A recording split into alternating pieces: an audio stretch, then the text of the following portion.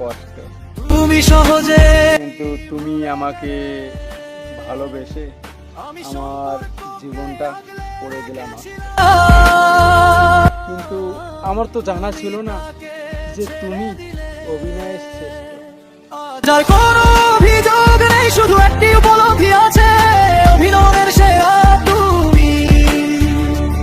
আর বিশ্বাস হারিয়ে ফেলা সবচেয়ে বড় শিক্ষা আমার। তবু আমি সামনে এগিয়ে যাব, সৃষ্টিকর্তার উপর ভরসা রেখে। কারণ সত্যিকারের ভালোবাসা কখনো অভিনয়ের আড়ালে বাঁচে না।